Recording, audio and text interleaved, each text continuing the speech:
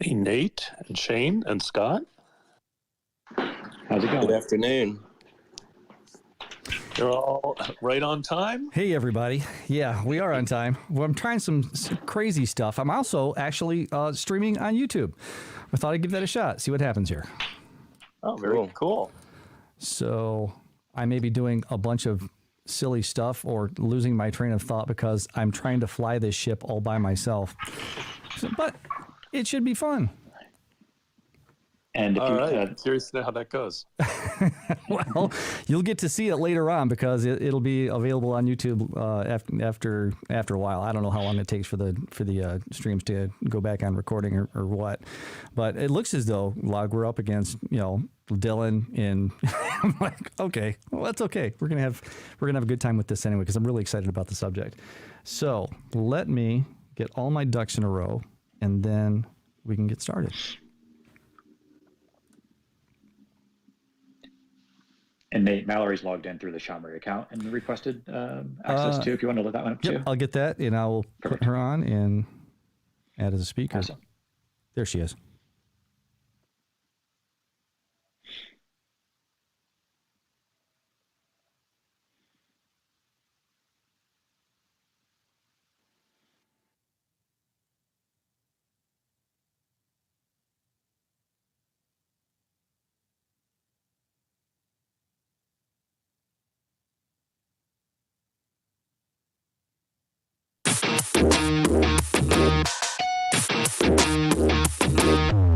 Today on The Bitcoin Effect, we're going to talk about Bitcoin in education. First, we'll have a conversation with Scott and Mallory Sibley, inventors of SHAmory, a memory game that teaches kids and adults about Bitcoin mining. Then we'll have a talk with Shane Trammell, who has launched an after-school program in a public school setting that is teaching kids hands-on about Bitcoin. Then we'll open up the room for questions and talk about how Bitcoin and sound money economics can get more exposure in educational settings. I'm Nate Martin, and this is The Bitcoin Effect. What on earth got you interested in Bitcoin and cryptocurrencies? Okay, so what's Bitcoin? Bitcoin is... What's Bitcoin? Inflation-resistant money. Bitcoin is the strongest asset the human race has ever invented. The Bitcoin Effect is proud to be part of the Bitcoin Spot, a collection of podcasts and forums on Twitter Spaces where you can participate in the conversation with some of the most knowledgeable names in Bitcoin. Visit thebitcoinspot.net for a glimpse of our lineup. You're listening to Crankshaft by Duff Music, available on artlist.io. One license covers all of your royalty-free music needs, no matter how many platforms you post or stream on. Check the nest for a link to get your first 2 months for free on Artlist.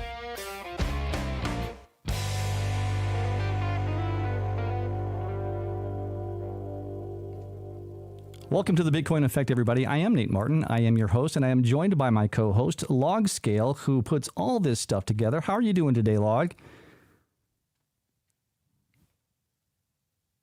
Doing great. How are you, Nate? I am fantastic. I am so excited about this particular subject because I think, matter of fact, back in March whenever it was back in Miami, I was at Bitcoin 2021. And I was asked when I thought hyper-Bitcoinization would actually occur. And there were some guesses from the stage that were like 10, 15 years or even a shorter period of time than that. I said it's probably going to take between 20 and 30 years because the next generation needs to know about Bitcoin before there's actually going to be a mass adoption. And what that means is that we need to get it in front of people who are younger. We're talking about students. And Scott and Mallory Sibley and Shane Trammell are both actually speaking to and exposing Bitcoin to that generation. And I can't think of anything that's more important to the adoption of Bitcoin than that. And like I said, that's exactly why I thought that it's going to take a little bit longer than the 10 to 15 years, because it's going to be our kids and our grandkids that are really going to be the wave that is the momentum that is going to go into sound money economics, because it's going to be their votes and their knowledge. It's going to be that's going to move us into that arena. So that's just my take on that. And I don't know, what are your thoughts about that, Log? How do you feel about hyper Bitcoinization, or what the role of education is when it comes to getting more people adopting Bitcoin? Well, I've put out an argument, and some people may think I'm nuts, but I put out an argument that hyper Bitcoinization could happen as early as this year. And it's simply looking at the math of what financial advisors are doing with Bitcoin. A good deal of them basically are kind of going with a 3% allocation. And I just did the math and I said, well, what would happen if 3% of the world's wealth was allocated to Bitcoin? And figured that was enough to trigger hyper Bitcoinization. So I will post the thread. And I'm still looking for somebody to poke a hole in that. I posted it a week or two earlier, and there were a couple of holes poked into it. I've revised the math, and still, it's something that could happen sooner than people think. So you and I are on opposite ends of the spectrum on that. I think that education is necessary. You think that the ball's already up on the tee and it's just ready to be hit out of the park. But with that, we're going to go to our first guest, Scott and Mallory Sibley, who have invented a game called SHAmory. It's become STEM certified. There's a book that goes along with it, Good Night Bitcoin. And Scott and Mallory, I want to welcome you to the Bitcoin Effect. Thanks, Nate. Thanks for having us. Thank you so much for having us. Glad to. Now, I want to, first of all, Scott, you and I talked, and I know that there's a background in education for at least one of you. Who is that? Both of us in various ways. So I've worked in the ed tech space for the past 13 years, actually just transitioned out of there about a week ago. And Mallory has some other background semi-related that she can chime on as well. Sounds great. Now, how is it that, first of all, you stepped into Bitcoin? What was your path to Bitcoin first? Yeah, so kind of my path started, and then being a married couple, Mallory's both piggybacked and then came alongside from there. But it was, kind of typical story from the last bull run, end of 2017, early 2018, catching your attention, that whole side of things. And then what really happened from there was just going down the rabbit hole, like they all say, taking a deeper dive, realizing the difference between Bitcoin and everything else. And because of having that background kind of within the education sector, recognizing, like you were kind of starting out on in your when you were talking a few minutes ago, there really is a gap for that easy to digest knowledge for all ages. So probably about a year and a half or so into that Bitcoin journey was when the idea in my head popped in. It's like, okay, well, I want to be more involved. How can I make that happen? Talked about it with Mallory, and at the end of the day, that's how the SHAmory company was born. Now, my son's grown. It's not as though this is something that just kids can learn from.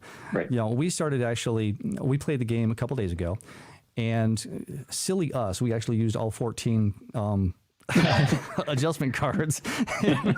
we were getting frustrated, to be quite honest with you. I'm surprised you're still playing. Well, what happened was, I think, what you want to have happen, which is questions about Bitcoin mining. And so the game actually paused so that he and I could actually have a conversation, started Googling and started taking a look at some information about how exactly Bitcoin mining works and why it's important to the network. And so, how is it that you came up with a game that actually spans a lot of ages that can spark those questions? Yeah, great point. And while, especially with the book being targeted at the younger ages, a lot of times the game itself also kind of gets piggybacked into that niche of, it's for kids. But like you said, it's for kids or adults, really ages 4 on up. And really the light bulb in our heads was, we've never mined ourselves, so it's not like we're expert Bitcoin miners, but as kind of learning more about it, personally, one of the traits that I think I have is being able to boil something that can be super complex into as simple a premise as possible. So the light bulb was, okay, well, in Bitcoin mining, there's really 2 main things at the end of the day. There's a nonce and there's a target. If those 2 things sync up, for lack of better words, the next block is going to be mined, that miner is going to get a reward, and on we go. And that analogy of a nonce and a target and a computer hashing things out, competing with energy, to be able to guess that nonce. It just reminded me so much of the game of memory, where, there's players sitting around, you're flipping over cards, you're using your mental energy to remember where certain cards are in order to make a match. So as you know from playing and from some other people who are in the room here today, that's really how the game is played. If you can play the game of memory, you can play SHAmory. You need to know zero about Bitcoin, zero about mining, to be able to come in and play it. And it's for kids or adults. There's drinking game instructions that are on the website, so you can turn it into a drinking game. We actually thought about that. We were going, you know what? Every time you get a difficulty adjustment, that might just be a great opportunity to just throw one back. So it's like we thought of that without actually taking a look at those instructions. So hey, look, if you want a drinking game that'll teach you about Bitcoin as though you'll actually remember anything that you learned, then by all means you can do that. Yep. So that was kind of the premise. Cool. Now, Mallory, what was your role in all this? Hey there. Well, as Scott said, we're married. So I've been listening to him talk about Bitcoin for a couple years before it really piqued my interest. And my Bitcoin journey started when he started talking about SHAmory. But my role in the SHAmory company is, a lot of the same thing that it is of Scott. So in the very beginning, it was playing the game through its various variations, some of them being quite terrible, quite honestly, in the beginning, until we finalized the SHAmory product. But even now, you can find us both out there at conferences, at meetups, just talking to customers, talking to families, talking to people who are playing the game. And then every night, right now, we're still a team of 2. So we're packing all the boxes ourselves. I'm writing a handwritten thank you note. We're at the post office almost every day. So this SHAmory company right now, the 2 products, or kind of 3 products, it's just the 2 of us.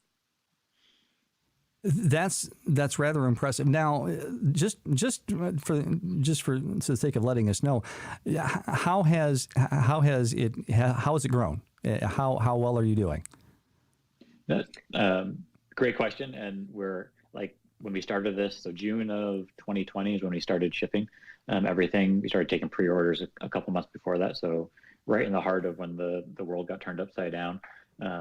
When we started, it was like, okay, this could be like a fun side thing, see where it all takes us. But after probably about a year or so of going through with having just the game, hearing the feedback, the tipping point really was we were in Miami as well. We were lucky enough to be invited into the Mint Gox esports area by that team and let us set up a small little table in that arena, if you will. And both Mallory and I, at the end of both those days at the conference, just went back to the hotel room completely exhausted in a positive way. Right. But from people learning about it from the first time, people coming over and talking to us, saying they played with friends, people at other companies wanting to work together in various aspects, mining companies. And so the growth, that was really the tipping point to say, okay, we had the book in the back of our heads that was coming out a few months later. But really the transition was, there's some bigger opportunities here. We've been lucky enough over the past year and a half to send about 2,500 games and books around the world to basically any place you can imagine. And we want to really just keep growing it from there. And the nice thing is that while there's the game, there's the book, everything we do centers around these fun little Bitcoin monsters that kids and adults seem to really gravitate to. So part of our plan is to really let them spread their wings and infiltrate other products in various ways. Now, you've made some headway in the media because it says here, I'm looking at your website, that you've been featured by Newsweek. That's a pretty big publication to actually be able to stake your claim as far as Bitcoin and Bitcoin education is concerned. That had to be quite exciting to be able to do that. Yeah, I think that was an exciting day for both of us. That came through when you started out. You mentioned that the game is STEM authenticated. For those that don't know what that means, that's science, technology, education, math. It's a very traditional acronym in the traditional education space. So we were proud to get that achievement early on to be able to, at the end of the day, hopefully start infiltrating, the K-12 environment or wherever it may be. And then a few months after that was when the STEM team, along with Newsweek, reached out to us and let us know that they were selecting us last year as part of their I think there was 50 products on that list. It's not pay to play, so there was no fee or anything that was along with that. It was literally them selecting us as best in STEM for the year, and obviously the only Bitcoin product on that list, and just kind of a baby step to that future adoption. Well, congratulations then, even though it's late because I knew that it was last year, but that is quite an accomplishment. So let me ask you this: what does the future hold for SHAmory? What plans do you have in the coming year? Yeah, maybe I can start on that, and maybe Mallory can chime in at the end of the day. Like I mentioned, we got the book, we got the game. We're now working with another partner product, Stats Ledger, who those might be familiar with in the Twitter community, where we're able to resell their awesome product through the website. Just about a week ago, we launched some Bitcoin magnets using our monsters. So whether it's truly educational materials like the game can be, like the book can be, and other things, or just fun things like magnets or plush toys, there's that in the books, as well as working closely with other organizations and companies, both potentially in the video game sector, so creating video games utilizing these characters, films, movies, as well as if there's other organizations out there that are looking to have kind of branded swag for their marketing abilities, but being able to kind of do those custom runs of our products that they can, instead of being at a conference and handing out a pen or a t-shirt, why not hand out something that can be taken home not only to the kids, but can also teach kids and adults in a fun way. Well, that sounds very, very exciting. For those of you who would like to get the game or the book, or there's also a number of other products that you can take a look at SHAmory.com, SHAMORY. And if you order using the discount code EFFECT, EFFECT, then you will get 10% off of your order. Scott and Mallory Sibley, it has been a pleasure talking with you. All the best of luck and continued success with SHAmory and the products that are coming down the pike. And I'm looking forward to seeing more of that company in more of the entertainment and educational venues as we go forward. So congratulations, and again, best of luck and success to you guys. Well, we appreciate very much the time, and anybody ever wants to reach out, DMs are open, easy to get a hold of, so happy to answer any questions. We are going to have a question and answer section after I interview my next guest, so we're going to take a quick break, and then we'll go ahead and do that. Again, Scott and Mallory Sibley from SHAmory.com, thank you again for your time and spending time here at the Bitcoin Effect. Thanks. Thank you. Hey, if you're listening to a replay of this episode of The Bitcoin Effect on YouTube, Spotify, or other podcast server, thanks for joining us, and consider leaving us a comment or a review saying you'd like to hear more of what we're doing here. It helps us out a lot, and it also helps others who don't know much about Bitcoin to discover this program. If you want to join the conversation, make sure to join me every Tuesday at 3 p.m. Eastern, noon Pacific on Twitter Spaces. Visit thebitcoinspot.net and click the link to follow at TheBitcoinSpot and watch for the link in your feed. My next guest is Shane Trammell, and he is, I've got to get back to my notes on him, darn it. I had an email here. He's a 25-year IT veteran, and he has been motivated to set up an after-school program that is rather detailed as far as Austrian economics, the history of money, and hands-on teaching students how to buy and hold Bitcoin. Shane Trammell, welcome to the program. Hey, thanks for having me. This is a great opportunity. Thank you so much.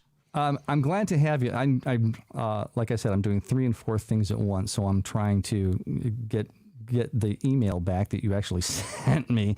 But I tell you what, why don't you go ahead and give me some of your background and how you got into Bitcoin and what motivated you to get into the classrooms with this program? Sure. Thank you so much. Yeah, I'll be quick on the background and get right into the program. But I'd say about 10 months ago, got into crypto, journey, went on a journey studying all of that, came out of that deciding that Bitcoin is the only asset, to invest in. So, started actually first orange pilling my family. I've got 4 kids, and kind of the motivation for this, or the aha moment, was my 12-year-old daughter. I'm like, hey, let's read the Bitcoin Standard. I'm not saying it's necessarily age appropriate for 12-year-olds, but she was pretty excited about it. She had already been earning some sats for different things, my other daughter as well. So, I'm like, I think my daughter, represents the fact that you can engage kids. They obviously, like you said earlier, I 100% agree with the fact that our next generation will be, very important to Bitcoin and to it moving forward. I'm not sure and won't necessarily give an opinion on when we're going to get to hyper Bitcoinization. I know we will. But yeah, my 12-year-old daughter kind of got me to thinking, okay, how can I introduce this? I actually originally started trying to do this with a youth center kind of thing in an at-risk neighborhood. And, because I was thinking, okay, what if these kids could start saving in Bitcoin, maybe earn, do some other things, and come out, as a student that has an option to possibly, if not pay for all, pay for part of college or a trade school or down payment on a home or a investment in a business. I, for one, don't believe that college is for every kid. And I'm hoping that the narrative on that changes. Parents, in my opinion, at least certainly push the narrative arguably more than anyone else. And with the expense of college going up and up and up, I want kids to have options. And then the one other thing I'll say, and maybe pause for a minute to see if you want to lead me in a direction, but I could continue to go, is that, this is a small rural community. I live in the community. I'm literally 5 minutes away from it. As you mentioned, 25 years in IT, I've seen a bunch of things. I've been all over the world. I've worked with Fortune 100 companies, and we know, right, because of the Cantillon effect, that in our current system, that those closest to the money printing get most of the value out of that. And I'm very personally interested in trying to help those that are, maybe categorized as marginalized, those that have less resources, those types of things. I want to see them have the opportunity to, understand this asset and accumulate this asset before we get to that point where it's just skyrocket. Well, I agree with you as far as, there are choices other than just a 4-year degree. But when I take a look at trade schools that are available and the income that you can make coming out as a plumber or as an electrician, these are honorable professions. It's not something that that can be neglected. And so, yes, those are options, and those are careers that students can choose to take. But it's still necessary to have a solid understanding of money so that you can actually save it and use it throughout your lifetime for the betterment of not only your own life, but also for your community. Speaking of the community, as I'm kind of taking a look at the rundown of the program, it's not just in the classroom or in an after-school program. You have sponsors in the local community that you and the students are trying to procure. Tell me how that works and what the process is for that. Yeah, so we literally just got this off of the ground, bootstrapped it last week, got the first Bitcoin acquired for these kids, and we still have more kids joining. That's something that's in the works. Don't have any sponsors yet, but we do want to create a small circular economy so that the kids can at least experience that aspect of it. We, like many, I think, especially here in North America, I think Bitcoin right now is still mostly a store of value. And again, if we could, one of the plans is to have these kids keep it, hopefully accumulating until they're at least 18. We're thinking about creating a trust.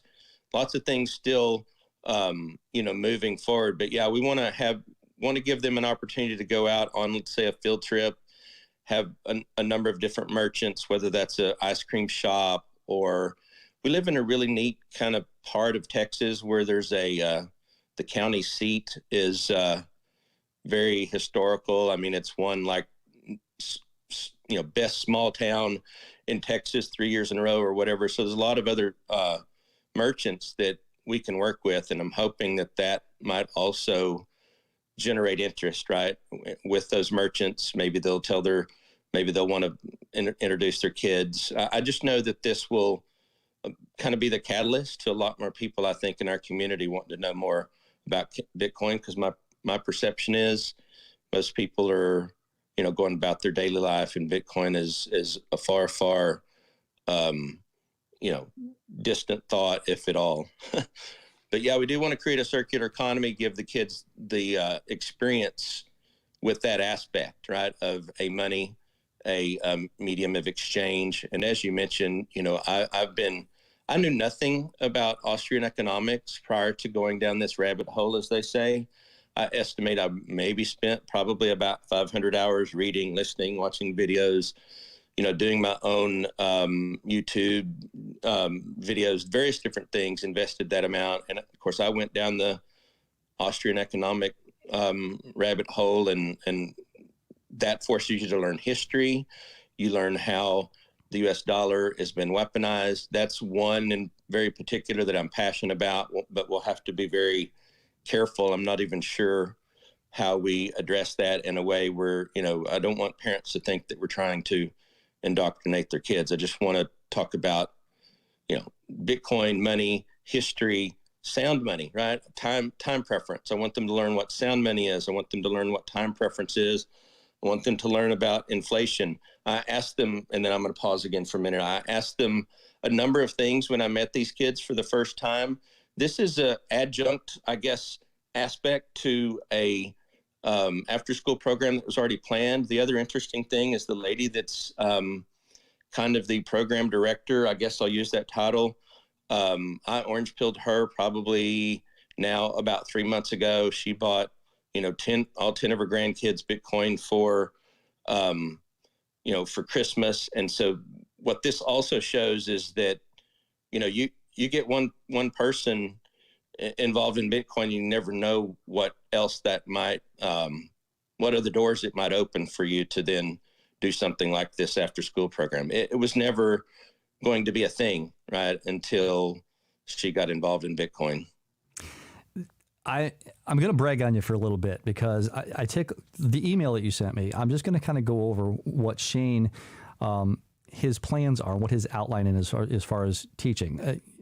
The list starts with the history of money, its origins and use, the properties of money, soft money versus hard money, discussing inflation and deflation along with state theory and free market theory of money, time preference, which you've already discussed, why Bitcoin and the case for Bitcoin. Obviously, that is the major heart of what you're teaching.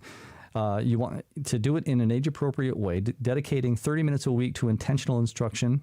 Okay, the kids you're saying are between 10 and 13. And to continue with those kids until they graduate. And then they're going to have access to the Bitcoin that they're actually part of their tuition, for lack of a better term, or their fee. It actually goes to depositing Bitcoin in an account of their own, right? Talk to me about that. Yeah, so technically, I'm glad you brought that up, because we do need to clarify. There's nowhere that I know that you can get an account in a minor's name. So we had to take a nuanced approach. So we're using Swan. I'm a big fan of them, but what we're doing is using Swan to acquire the Bitcoin. The program is not doesn't have enough coming in. I mean, the parents pay each week, right? They don't pay in advance. Again, this is a small community.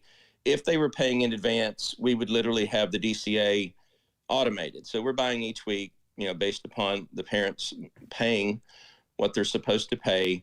But we're using Blue Wallet because it has a really nice feature where you can create multiple wallets that are visible, right? It's an on-chain. We're not using Lightning primarily because, which we could create also a parallel Lightning wallet, and we may do it, but I wanted their Bitcoin to be on-chain so that it could be easily moved into their actual possession at some point. So the program director is basically the custodian, but we are publishing every week what each kid, if you will, is getting in Bitcoin. So we're being completely transparent. That's the only way that I'm aware of that we could do it right now. It's not perfect, but what we may be able to do at some point maybe this is the next year or something, but create a physical trust, or there's actually even a way with quote unquote smart contracts. And then don't stone me. I'm talking about smart contracts in Bitcoin. We would be able to create a smart contract where that address automatically transfers it when they're 18 to a different address that they physically own. So we can't give them, they can't take physical custody of it yet because of their age.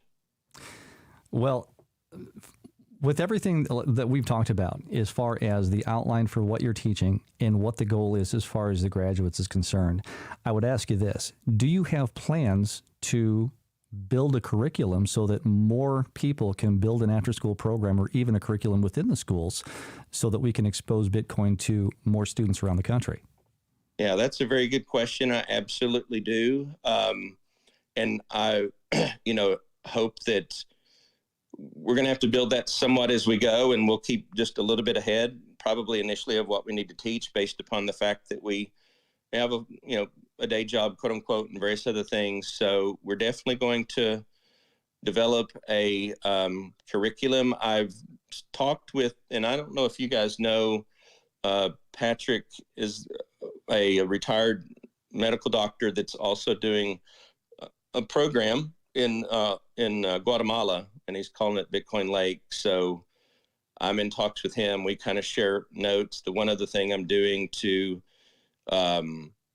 curate ideas, not only for myself, but to hopefully contribute to that, I'm going to start having a spaces. I think we're going to do it tonight, at least at 9:00 Central Time. Actually, I just opened one last week, not scheduled or anything. Had a teacher from Houston, Texas, that's actually from Colombia.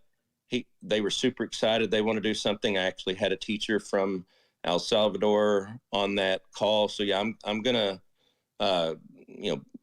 put oxygen on the fire and see how far we can go with this. And multiplication is the goal, right? It's not that's the key, to multiply the efforts and get more kids. And again, I'm very partial to situations where we have a certain amount of poverty here and various other things. And while I believe that Bitcoin is for everyone, I absolutely do. I have a special interest, at least initially, in giving them an opportunity to learn. And the one other thing I want to say is I obviously hope that this will rub off on their parents. I use the children's church or Sunday school analogy a lot. As a Christian, a lot of times kids will come to those programs, and then their parents will hear about what's going on, all the amazing things that they're enjoying, and then the parents get involved. And I hope that's also one of the things that we accomplish from this, because I want these parents to know, hey, you can get a Bitcoin IRA. If you've got a small business, you can get a 401k and put up to $56,000 of your money into Bitcoin. And, that's life-changing. It absolutely is. Shane, I'm very excited about you're being motivated to do what you're doing in schools and to educate people about all of these things. I'm going to open up the room for questions or comments as far as Bitcoin and education. What do you think we need to see more of when it comes to exposing the educational system to Bitcoin? A couple of disclaimers before we go ahead and do that. I'll start with this. Nothing that you hear on the Bitcoin Effect should be construed as financial or legal advice. This is for entertainment purposes only. Do your own research so that you can make your own financial decisions. And here is the second. The conversations in this Twitter space are being recorded for use on various media platforms, and any contributors to the conversation irrevocably consent to the recording and distribution of reproductions of the contributor's voice and performance as part of this program. Berg, you are connecting. Neski, you have requested. I'll get you up there as well. We have a number of people that are requesting for questions. Berg, you have something that you want to ask Shane or make a comment about Bitcoin and education? Well, actually, I'm a big fan of Scott and Shamri, and I just wanted to say publicly that my two kids are huge fans. We have the book, We have magnets now. We have several decks, and it's a wonderful, wonderful project. And I try to let people know about it as much as I can, just because I'm a big believer that this is, one of the steps that can greatly impact, the youth and share the idea of Bitcoin to more people. Without sharing too much, if you don't want to, how old are your kids? Well, when we first started playing, my youngest was, I think it's been 2 years. So she was later part of 2 years old. But she was right before she turned 3. She was the best player in the house. My oldest one was 4. So they're on the younger end. But they still love to play. We've been playing since I think we got some of the first decks, and we were playing, for a while now. And it still is an opportunity where, they get home from school and looking for something to do. Hey, let's play SHAmory. So it's been a phenomenal game, and that's why I'm such a big advocate of it, because my kids love it, and I just think all the monsters and the cool stuff that are incorporated are easy to. I think people can see those. They're cute. They're easy to catch on. So I just think Scott and Melissa are doing a fantastic job with SHAmory. Berg, let me ask you this. As a parent of younger children that are either just entering school or haven't entered school yet, what is important to you as far as money or assets? I mean, I know it's early, but what would you like to see your students know as they're moving through their childhood into adulthood?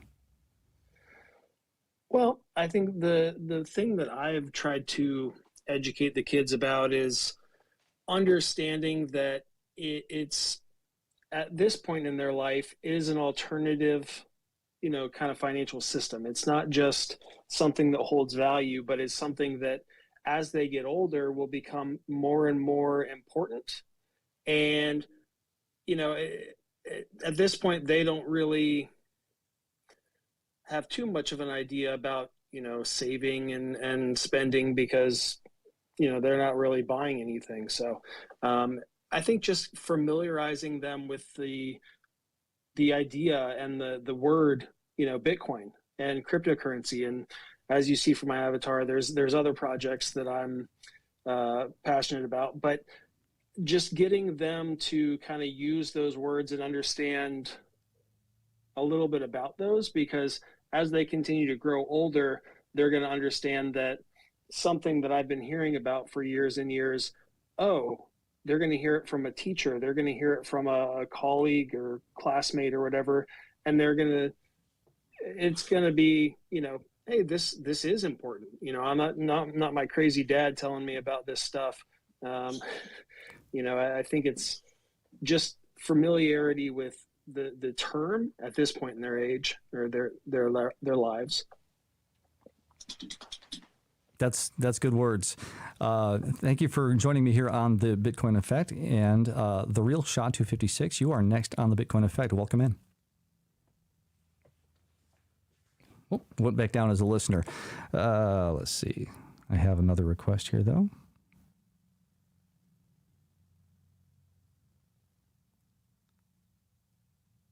Anaba Ishmael, you will be next on the Bitcoin Effect as soon as you are connected, although they probably can't hear me because they're connecting. I should realize that, because I know that when I'm connecting, I can't hear it yet.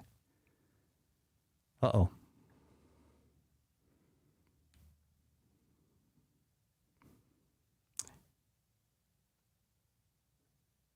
Oh, there we go. Actually, let's try this again. Sorry about the technical difficulties. Sometimes you have good connections, sometimes you don't. There we go. There is real SHA-256 back on the stage. Welcome into the Bitcoin Effect. What have you to say? Hey, Nate. Sorry, I was having some network issues, but I wanted to ask the gentleman with the program here, where in Texas, because I'm in North Texas, and just interested to see where he's doing all this. Yeah, we're in Hood. Well, actually, we're in Erath County, and it's in a real small town called Bluffdale, Texas. It's in between Stephenville and Granbury. Stephenville's where Tarleton State is. Okay, I'm not too familiar with that area. Are you like close to like Houston or Dallas? We're closer to Fort Worth, amongst the bigger cities that you would know of in North Texas. We're relatively we're about an hour from Fort Worth, Texas. Okay, gotcha. And I'm actually in Dallas, but okay. You know, just interested to see, you know, if I'm always looking to help out whenever it's anything related to Bitcoin, and these sort of things really get my attention because I have a 2-year-old daughter that I fully plan on making sure that she knows about Bitcoin and that she saves in Bitcoin, she transacts in it, like her father. So that really caught my attention, and you know, commend you for doing it.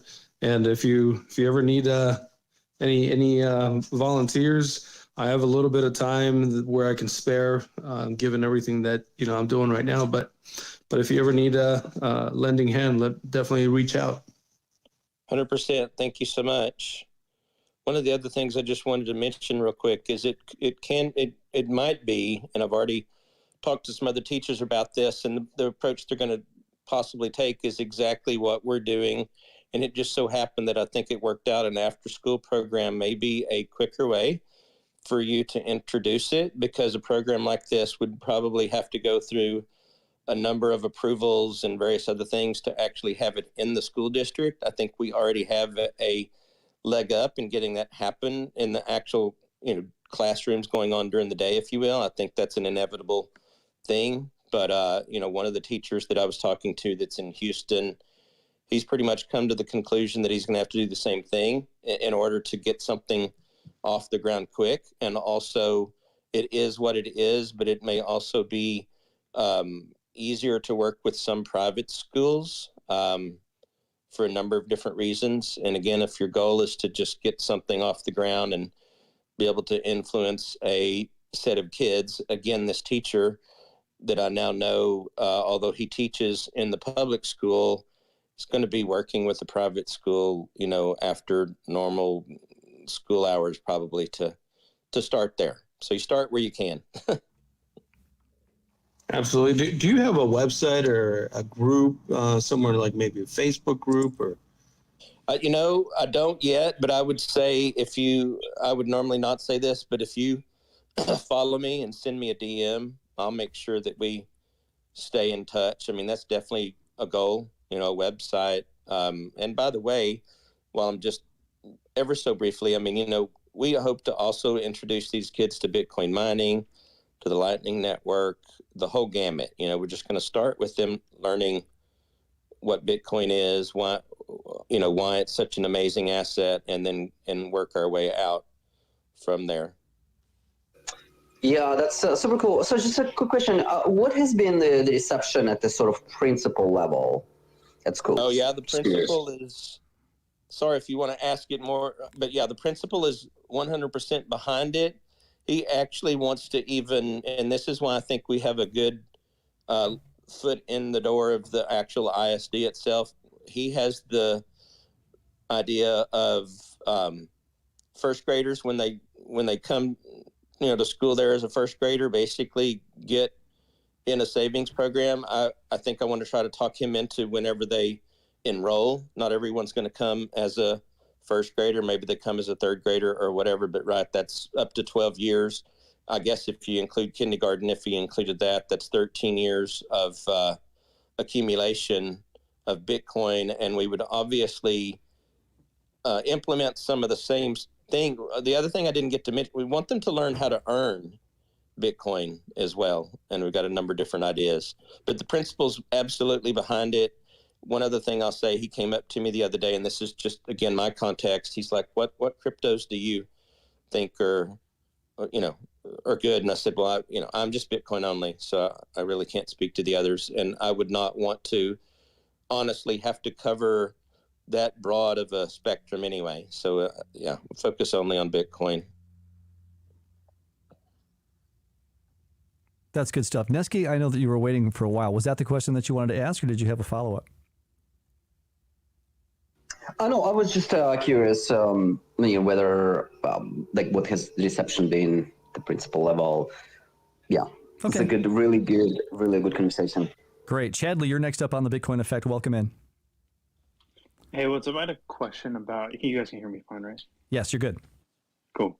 I had a question about either Shane and then I think the real Shah mentioned it too. Is the idea of having your kids kind of transact and participate, not just kind of learn like, oh, this is what mining is and this is what a wallet is, but actually like being like using it. And the example that I would use as like an adult is I kind of aped in at a certain price point, and then during the whole ups and downs and stuff, it kind of adjusted my understanding of money, not just reading about it, but actually experiencing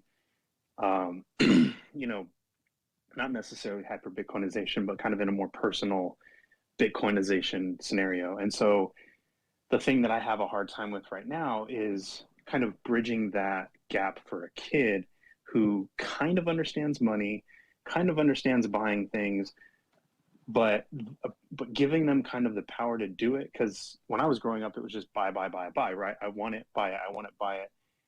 And I had to, and as an adult, learn a better time preference. And so I know that Bitcoin and being, holding and deciding when to spend, if you want to even spend, is it worth spending, all that kind of stuff is something a kid should experience.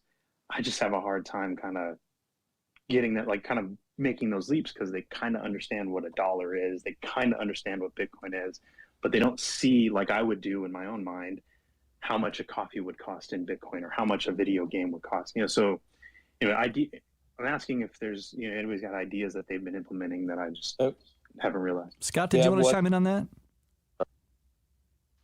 So I can chime in a little on that, and as well as I want to circle back around to some of what Shane's been talking about. And actually, they're semi-related. Some of the work that we've been doing, particularly over the past 6 to 8 months or so, with people here in the States as well as around the world, down in El Salvador. We also know Patrick in Guatemala. There's a gentleman in Slovakia, Dusan. There's a whole swarm of people, just like Shane and his awesome work, that are putting together this Bitcoin curriculum, and both incorporating SHAmory as part of it and expanding around it. And I think more and more, and that's part of the reason, going back to earlier when you were talking, why we were so excited to get that STEM authentication, because going back to the question around, how is the principal receiving it? How are the teachers receiving it? If you can, just that little thing of saying, here's this curriculum, it's aligned to these standards. The products we're using are, they're STEM authenticated. While at the end of the day, it's just window dressing in a lot of the cases. It just helps get the approval to be able to get into these places that are still, they're going to take a lot longer to adapt and move around. And what we're seeing is a lot of people doing awesome work like Shane's doing that we want to be a part of. So Shane, let's be sure to connect to make sure that we're all working together to make it all happen. Yeah, Shane, go ahead and follow up on that, and then we'll get to a real shop again, who's got their hand up. Yeah, and by the way, Scott, yes, definitely. I've already followed you. I want to get in contact with you. I just wanted to share one other thought on the spending part, and I'm literally thought that, and I'm thinking of it in real time.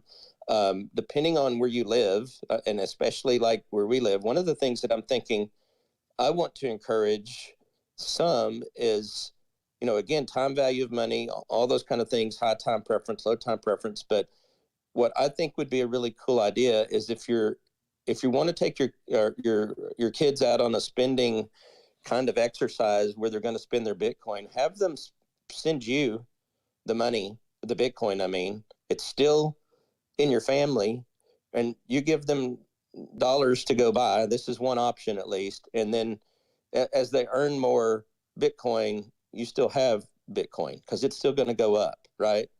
And so I think in my personal opinion, until we get to hyper Bitcoinization, which we talked about, the reality is we are still in a fiat world. And I think we need to help our kids understand what that means. There's no right or wrong answer. If someone wants to absolutely transact only in Bitcoin to the extent that's possible, I support that. For those that want to carry their Bitcoin up until the last moment that that all they have is Bitcoin and need to buy something, I support that as well. So one thought is to do that. Obviously, if you're in a bigger, city, or if they want to buy something online, there are options to where they can actually buy it. What I think the important part is, and then I'll be done at this, is, and maybe they're young, I don't know how old they are, but if you can teach them time preference and help them earn enough Bitcoin and show them price go up, price go down stuff, then you may see that their time preference has changed. And I fully support the fact that my own daughter at 12, that her time preference, and my 16-year-old daughter, their time preference has changed. They want to ultimately buy something, okay, but many times they're bringing me money that they got for Christmas or for birthday and asking me to buy more Bitcoin instead of spending it. But I think they're both important. Yeah, that's essentially what I was trying to figure out how to over time instill, not necessarily teach them how to spend or whatever, but kind of get them to over time be like kind of what I did, which was like, man, that coffee was 10,000 sats, but now it's this many. And if I hadn't have bought that coffee, I'd have 10,000 sats, which is now where, go down that path just through experience and not necessarily just kind of reading it, and not necessarily teaching them necessarily how to spend or whatever. Because yeah, in all senses, like you said, they would just send it to me and then I'd give them cash or my debit card or whatever. Right. Real Sha, you had something else? Yeah, just to add my 2 cents here, but I think fundamentally, and this will have to be something that at due time they'll be able to understand. But as long as you understand that there's 2 fundamental things to understand here, or a huge difference between the 2 systems is fiat is a debt-based system that, it needs debt to grow in order for the economy to grow. And so the spending is the incentive there, right? And then on the other hand,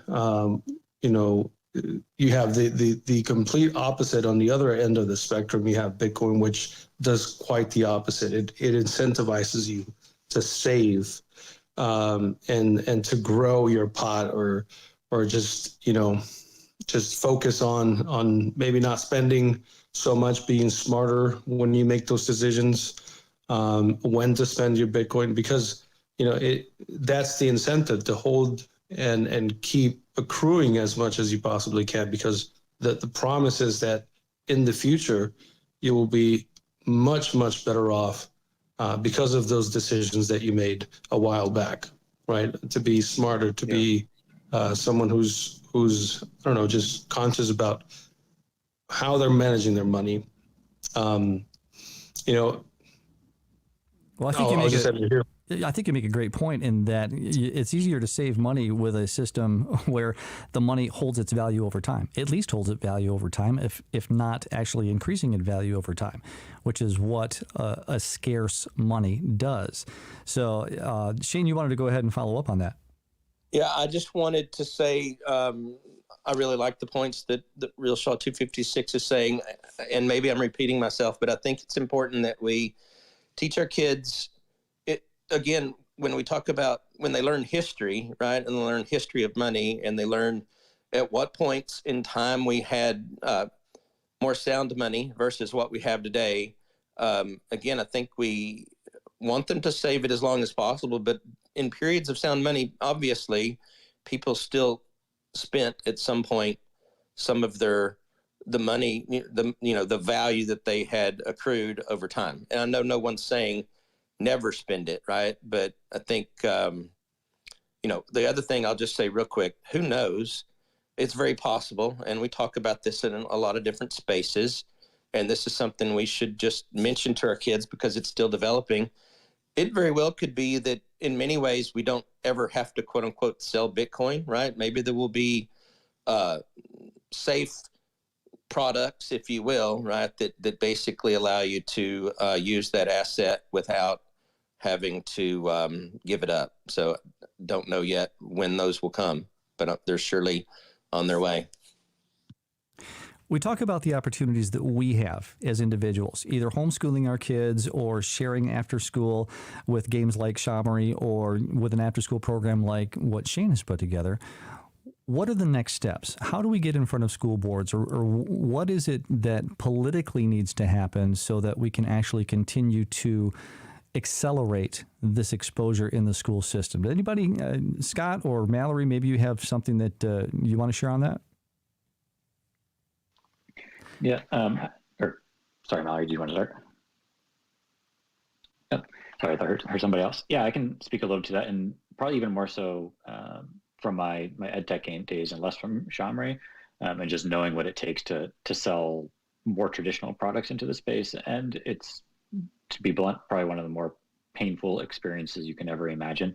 It's red tape after red tape, incumbents just purchasing things over and over again because it's the easier thing to do.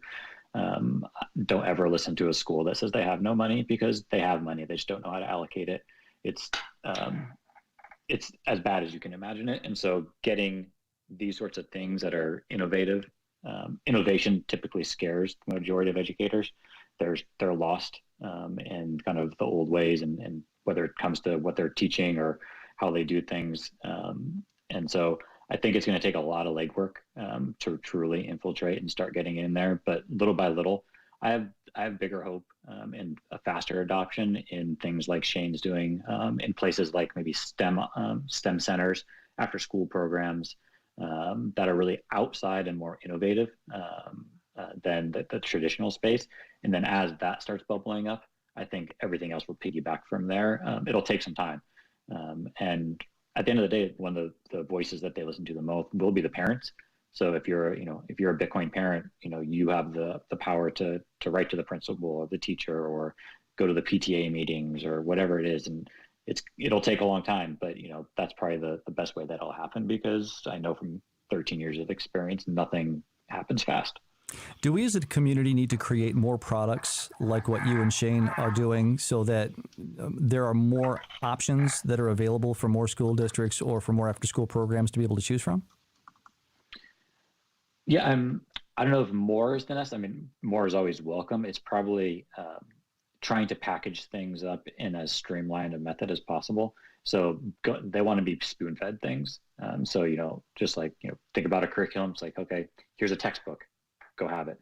But if we can walk in there with, okay, for second graders, for third graders, for fourth graders, for high school students, these are the things, these are the steps that you're going to take. That's really what they want. So that's why it's so important, as we're having discussions with people like Shane and others that are starting to build this, to be able to have it kind of be turnkey, to say, this is all you need to do. Follow these things. We're going to update it as it goes. And obviously Bitcoin's always going to change and morph in various ways.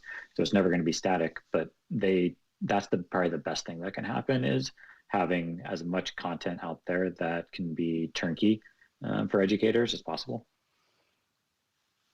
Yeah, Shane, go ahead. Just one thought on the political aspect of this. I'm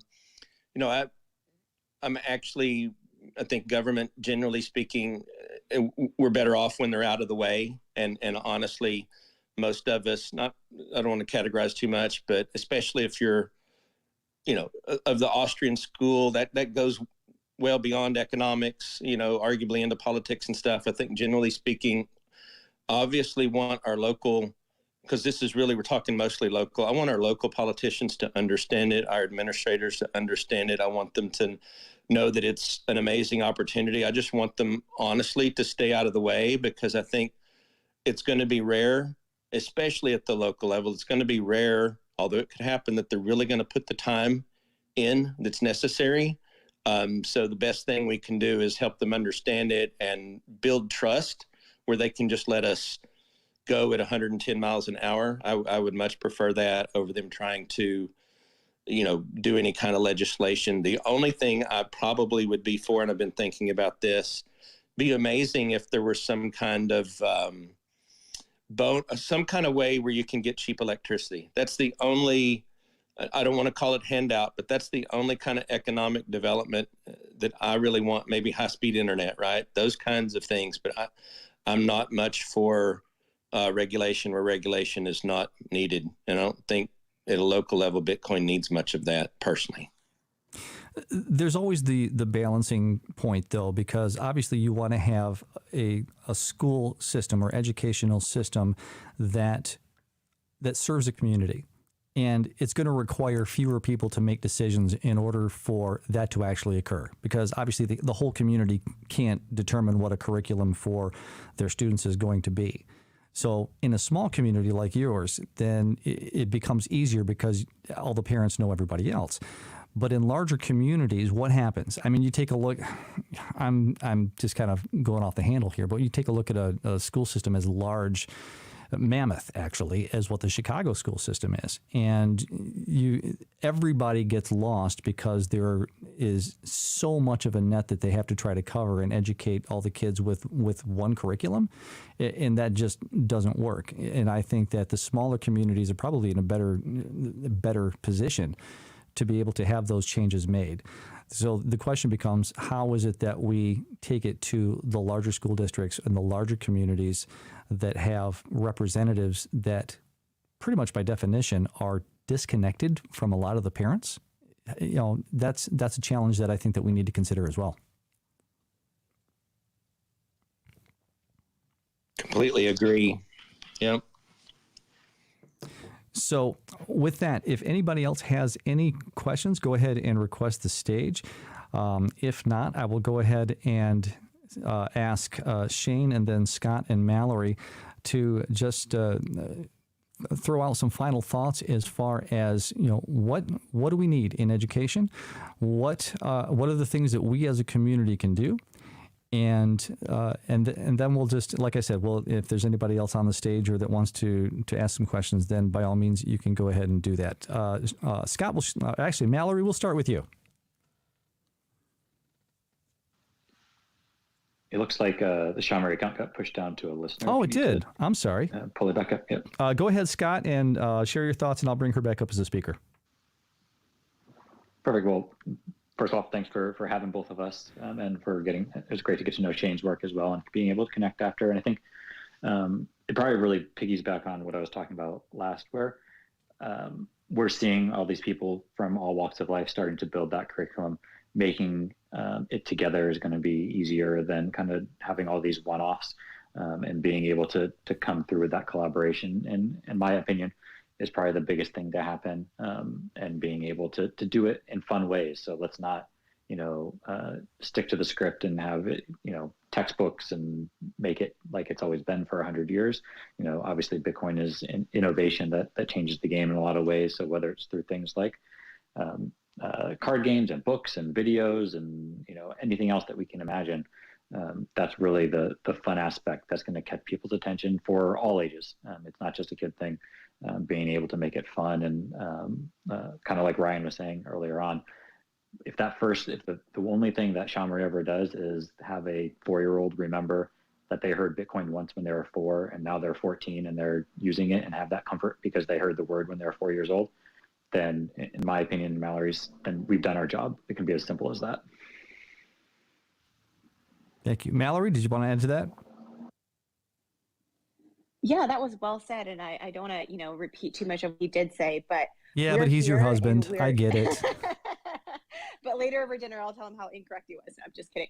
But, the two of us, we're here. We're the SHAmory team, and we're really passionate about this. And we plan to take it, it's doing well now, but we plan to take it to a much bigger place. So if you're out there listening and you're just curious, you want to buy the game yourself, like we encourage you to do that. But if you want to think bigger and you want to brainstorm ways for collaboration, we're excited to do that. And I think one of the things that I look forward to the most is seeing the global collaboration that happens. So when we talk about, Bitcoin Lake or what they're doing, all over, we're excited to be involved in that and see the huge impact that we can do together globally. Great. Shane, final thoughts. Yeah, thanks. Again, thank you for allowing me to share something that I'm really passionate about. I echo what Scott and Mallory, if I got that right, said about collaboration. There's no need to reinvent the wheel. The one thing with regards to curriculum, and this I think will be the challenge, but it's worth it, is we all, or many of us, teach different than the other person, that type of thing. So, but I'm very encouraged that, there are folks that want to collaborate. And then the last thing I will say, and this is maybe a challenge parents. I think that our idea of how early a kid can learn even difficult ideas, thoughts, concepts. I think that we've stole some opportunities in many cases from our kids, right, to introduce them to things earlier. And it's our job as educators, quote unquote, whether we're getting paid to do that or whether it's voluntary, or if we're just parents. Obviously, we need to just assess how it's going, what they're learning. But I would like to see us begin to start at an earlier age, and that's different for everyone. But not just try to stick in the box, right, that we've always been in. Those are great words. And this has been a wonderful conversation on Bitcoin in education. I think that there are a lot of things that we as the community can do, which have been voiced here in this room. If you want to go ahead and order something from SHAmory.com, whether that be the game or the book, or there are a number of other products that you can order, then make sure you save 10% off of your order by using the discount code EFFECT. That way you get 10% off of your order, and that also helps this show out as well. Again, Shane Trammell and Scott and Mallory Sibley, I want to thank you for coming and sharing your stories and sharing your thoughts on Bitcoin and education. Those of you that shared on the stage, I want to thank you as well. Those of you who are listening, I appreciate that. And if you're listening to a replay of the episode of The Bitcoin Effect on YouTube, Spotify, or Apple Podcasts, thanks for joining us, and consider leaving a comment or a review saying you'd like to hear more of what we're doing here, helping us out a lot, and also helping others who don't know about Bitcoin to discover the program. Join the conversation with me every Tuesday at 3 p.m. Eastern Time, noon Pacific on Twitter Spaces. Visit thebitcoinspot.net and click the link to follow at The Bitcoin Spot and watch for the link in your feed. This has been a great episode. I really look forward to seeing everybody here next week as well. I'm Nate Martin, and this has been The Bitcoin Effect.